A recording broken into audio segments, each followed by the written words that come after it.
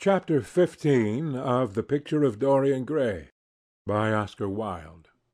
This recording is in the public domain. Read by Bob Neufeld. That evening at 8:30, exquisitely dressed and wearing a large buttonhole of Parma violets, Dorian Gray was ushered into Lady Narborough's drawing-room by bowing servants.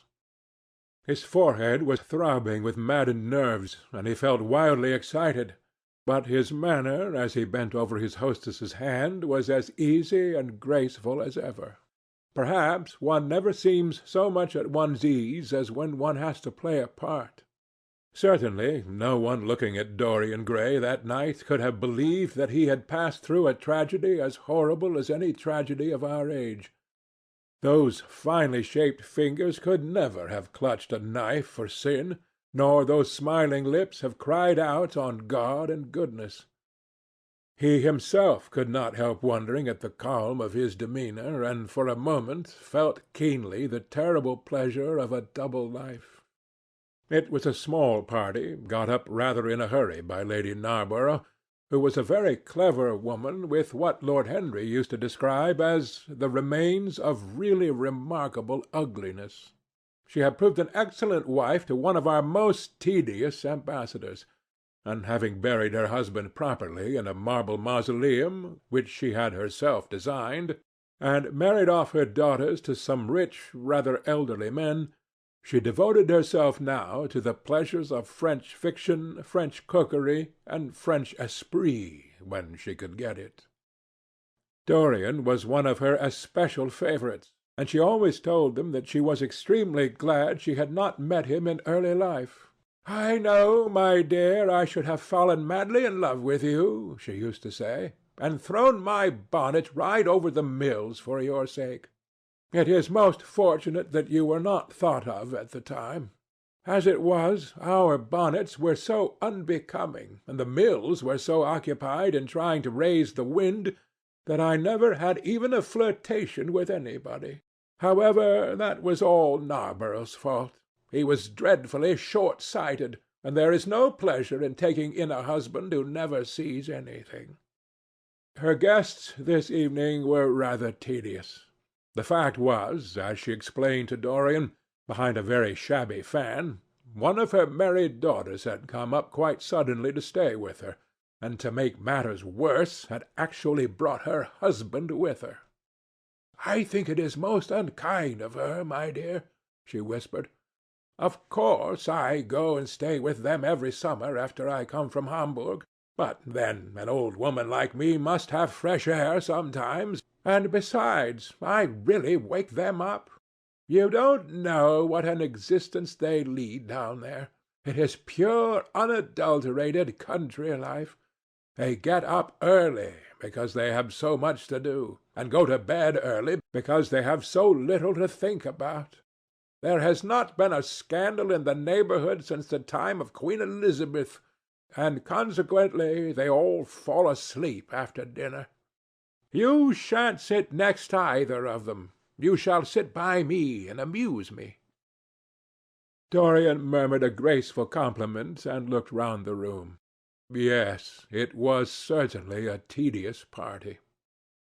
Two of the people he had never seen before, and the others consisted of Ernest Harrowden, one of those middle-aged mediocrities so common in London clubs, who have no enemies but are thoroughly disliked by their friends; Lady Ruxton, an overdressed woman of 47 with a hooked nose, who was always trying to get herself compromised, but was so peculiarly plain that to her great disappointment no one would ever believe anything against her; Mrs. Erlynne, a pushy nobody with a delightful lisp and Venetian red hair; Lady Alice Chapman, his hostess's daughter, a dowdy, dull girl, with one of those characteristic British faces that, once seen, are never remembered; and her husband, a red-cheeked, white-whiskered creature who, like so many of his class, was under the impression that inordinate joviality can atone for an entire lack of ideas. He was rather sorry he had come, till Lady Narborough, looking at the great ormolu gilt clock that sprawled in gaudy curves in the mauve-draped mantel-shelf, exclaimed, "How horrid of Henry Wotton to be so late! I sent round word to him this morning on chance, and he promised faithfully not to disappoint me." It was some consolation that Harry was to be there, and when the door opened and he heard his slow musical voice lending charm to some insincere apology, he ceased to be bored. But at dinner he could not eat anything. Plate after plate went away untasted. Lady Narborough kept scolding him for what she called an insult to poor Adolphe, who invented the menu specially for you. And now and then Lord Henry looked across at him, wondering at his silence and abstracted manner. From time to time the butler filled his glass with champagne. He drank eagerly, and his thirst seemed to increase. "Dorian," said Lord Henry at last, as the chaud-froid was being handed round, "what is the matter with you to-night? You are quite out of sorts." "I believe he is in love," cried Lady Narborough, "and that he is afraid to tell me for fear I should be jealous. He is quite right. I certainly should." "Dear Lady Narborough," murmured Dorian, smiling, "I have not been in love for a whole week, not, in fact, since Madame de Ferrol left town." "How you men can fall in love with that woman!" exclaimed the old lady. "I really cannot understand it."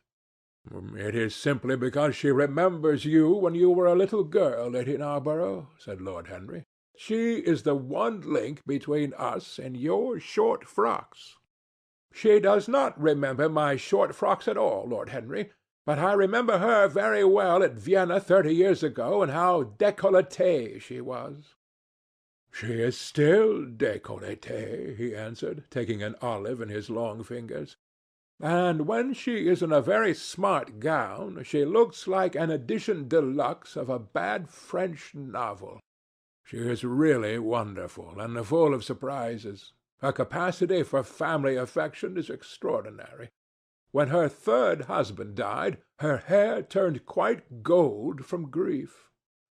"How can you, Harry?" cried Dorian. "It is a most romantic explanation," laughed the hostess. "But her third husband, Lord Henry? You don't mean to say Ferrol is the fourth?" "Certainly, Lady Narborough."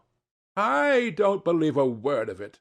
"Well, ask Mr. Gray. He is one of her most intimate friends." "Is it true, Mr. Gray?" "She assures me so, Lady Narborough," said Dorian. "I asked her whether, like Marguerite de Navarre, she had her hearts embalmed and hung at her girdle. She told me she didn't, because none of them had any hearts at all." "4 husbands! Upon my word, that is trop de zèle." "Trop d'audace, I tell her," said Dorian. "Oh, she is audacious enough for anything, my dear. And what is Ferrol like? I don't know him." "The husbands of very beautiful women belong to the criminal classes," said Lord Henry, sipping his wine. Lady Narborough hit him with her fan. "Lord Henry, I am not at all surprised that the world says that you are extremely wicked." "But what world says that?" asked Lord Henry, elevating his eyebrows. "It can only be the next world. This world and I are on excellent terms." "Everybody I know says you are very wicked," cried the old lady, shaking her head. Lord Henry looked serious for some moments. "It is perfectly monstrous," he said at last, "the way people go about nowadays saying things against one behind one's back that are absolutely and entirely true." "Isn't he incorrigible?" cried Dorian, leaning forward in his chair. "I hope so," said his hostess, laughing. "But really, if you all worship Madame de Ferrol in this ridiculous way, I shall have to marry again so as to be in the fashion."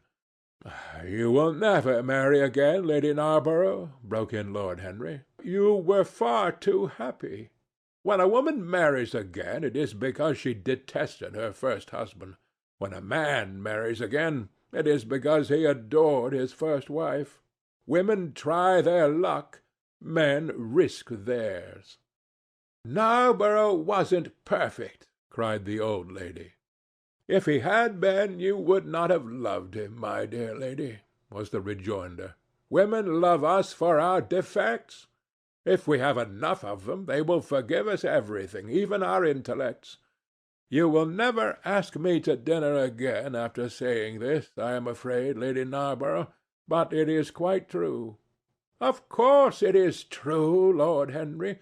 If we women did not love you for your defects, where would you all be? Not one of you would ever be married. You would be a set of unfortunate bachelors. Not, however, that would alter you much. Nowadays all the married men live like bachelors, and all the bachelors like married men." "Fin de siècle," murmured Lord Henry. "Fin du globe," answered his hostess. "I wish it were fin du globe," said Dorian with a sigh. "Life is a great disappointment." "Ah, my dear," cried Lady Narborough, putting on her gloves, "don't tell me that you have exhausted life. When a man says that, one knows that life has exhausted him. Lord Henry is very wicked, and I sometimes wish that I had been. But you are made to be good. You look so good. I must find you a nice wife. Lord Henry, don't you think that Mr. Gray should get married?" "I am always telling him so, Lady Narborough," said Lord Henry, with a bow. "Well, we must look out for a suitable match for him.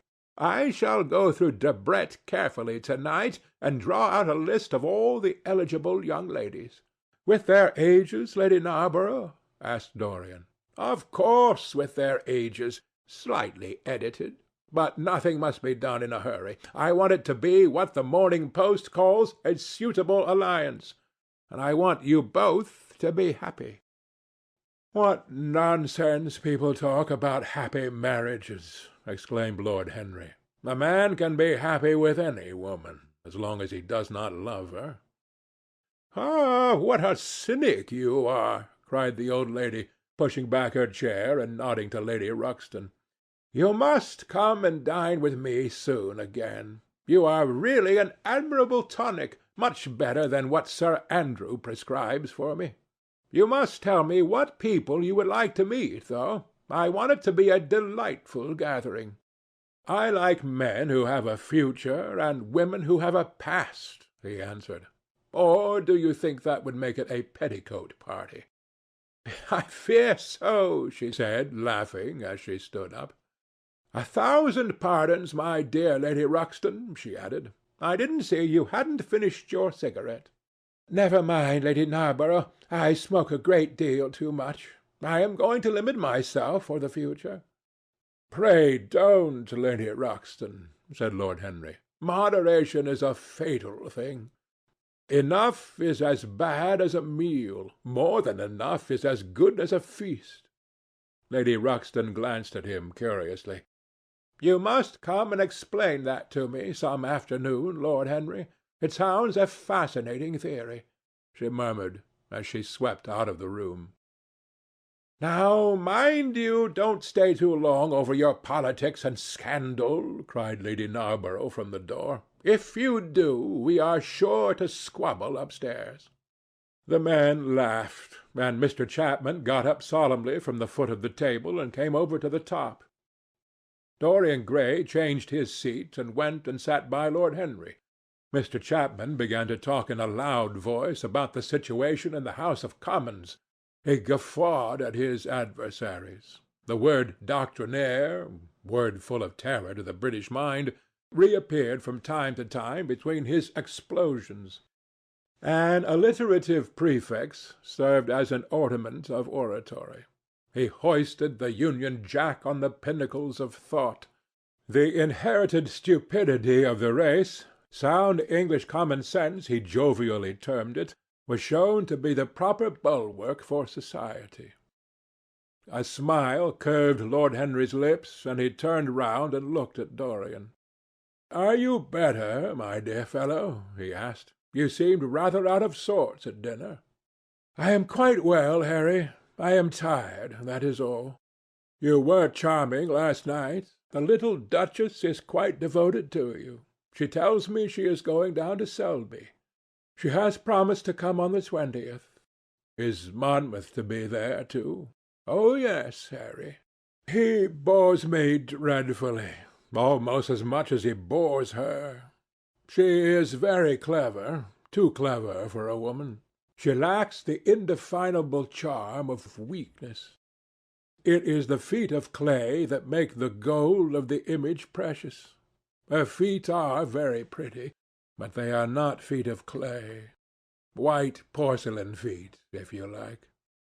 They have been through the fire, and what fire does not destroy, it hardens. She has had experiences." "How long has she been married?" asked Dorian. "An eternity, she tells me. I believe, according to the peerage, it is 10 years, but 10 years with Monmouth must have been like eternity, with time thrown in. Who else is coming?" "Oh, the Willoughbys, Lord Rugby and his wife, our hostess. Geoffrey Clouston, the usual set. I have asked Lord Grotrian." "I like him," said Lord Henry. "A great many people don't, but I find him charming. He atones for being occasionally somewhat overdressed by being always absolutely over-educated. He is a very modern type." "I don't know if he will be able to come, Harry. He may have to go to Monte Carlo with his father." "Oh, what a nuisance people's people are! Try and make him come. By the way, Dorian, you ran off very early last night. You left before 11. What did you do afterwards? Did you go straight home?" Dorian glanced at him hurriedly and frowned. "No, Harry," he said at last. "I did not get home till nearly 3. "Did you go to the club?" "Yes," he answered. Then he bit his lip. "No, I don't mean that. I didn't go to the club. I walked about. I forget what I did. How inquisitive you are, Harry! You always want to know what one has been doing. I always want to forget what I have been doing. I came in at 2:30, if you wish to know the exact time. I had left my latch-key at home, and my servant had to let me in. If you want any corroborative evidence on the subject, you can ask him." Lord Henry shrugged his shoulders. "My dear fellow, as if I cared.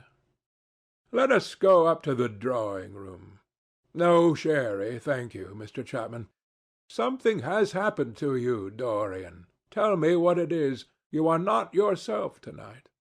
"Don't mind me, Harry. I am irritable and out of temper. I shall come round and see you to-morrow, or next day. Make my excuses to Lady Narborough. I shan't go upstairs. I shall go home. I must go home." "All right, Dorian. I dare say I shall see you to-morrow at tea-time. The duchess is coming." "I will try to be there, Harry," he said, leaving the room. As he drove back to his own house, he was conscious that the sense of terror he thought he had strangled had come back to him. Lord Henry's casual questioning had made him lose his nerve for the moment, and he wanted his nerve still. Things that were dangerous had to be destroyed. He winced. He hated the idea of even touching them. Yet it had to be done. He realized that, and when he had locked the door of his library, he opened the secret press into which he had thrust Basil Hallward's coat and bag. A huge fire was blazing. He piled another log on it. The smell of the singeing clothes and burning leather was horrible. It took him 3/4 of an hour to consume everything. At the end he felt faint and sick, and having lit some Algerian pastilles in a pierced copper brazier, he bathed his hands and forehead with a cool, musk-scented vinegar. Suddenly he started. His eyes grew strangely bright, and he gnawed nervously at his under lip. Between two of the windows stood a large Florentine cabinet, made out of ebony and inlaid with ivory and blue lapis.